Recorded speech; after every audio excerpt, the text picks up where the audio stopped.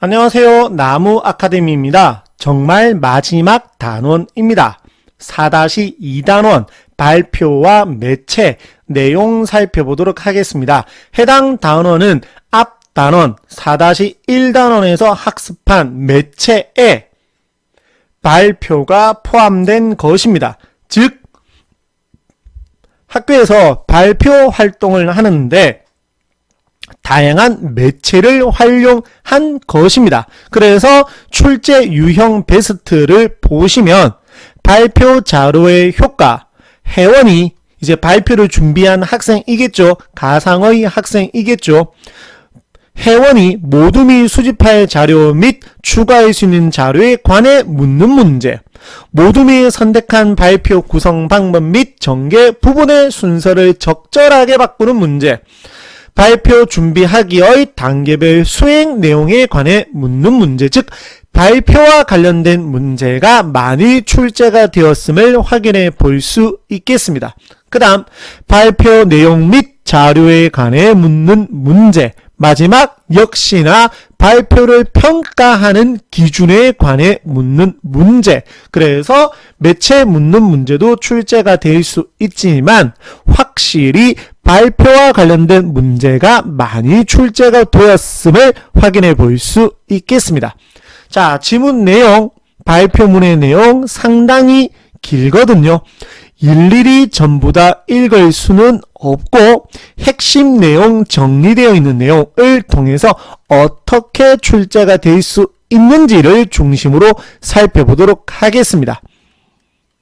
자, 핵심 정보가 잘 드러나도록 발표하기. 자, 발표를 준비하는 과정입니다. 먼저 당연히 발표를 계획해야 되겠죠. 그래서 주제를 선정하고 발표 계획을 세웁니다. 그리고 난 다음 자료를, 다양한 자료를 조사하겠죠. 다음 주제와 관련된 자료를 조사하고 발표에서 전달할 핵심 정보를 정리합니다. 그 다음 그러한 핵심 정보가 잘 드러나도록 내용을 구성합니다. 어떻게? 짜임새 있게 구성을 합니다. 그 다음 효과적으로 발표하기 위해 고려할 점, 준비한 핵심 정보가 잘 드러나도록 내용을 짜임새 있게 구성해야 하며 발표 내용을 이해하기 쉽고 흥미롭게 전달하기 위해 나왔네요. 적절한 매체 자료를 활용해야 합니다. 무분별하게 너무 많은 매체 자료를 활용하는 것은 오히려 좋지가 않습니다. 그래서 효과적으로 잘 사용했느냐? 매체 자료의 효과 판단하며 듣기. 1번 매체 자료입니다. 즉 표, 그래프, 그림, 사진, 동영상 등 내용을 구체적으로 형상화하거나 요약해서 보여주는 자료입니다. 매체 자료의 효과는 말하기의 목적, 대상, 상황 등을 이러한 다양한 것들을 고려하여 적절한 매체 자료를 활용했는지 판단해야 하며 매체 자료가 청중의 흥미를 유발하고 정보를 효과적으로 전달하거나 설득력을 높이는 등의 효과가 있는지도 확인해 판단해 보아야 되겠습니다. 그 다음 실질적으로 교과서에 실려있는 회원위의 모두 및 발표를 준비하는 과정을 정리한 것인데 거의 옆 내용과 동일하죠? 학생 여러분들께서 보시면 되겠습니다. 4번도 마찬가지.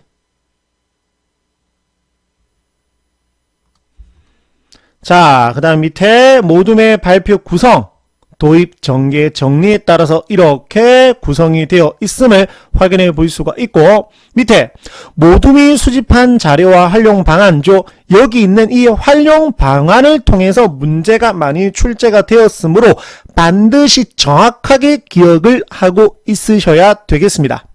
그 다음 회원인의 모둠의 발표 정리되어 있죠. 그 다음 특징 아주 중요합니다. 설문조사를 통해 학교 환경에 대한 학생들의 인식을 구체적으로 제시하였고 실제 대학의 실험 결과를 활용하여 문제 해결 방안을 끌어내었다.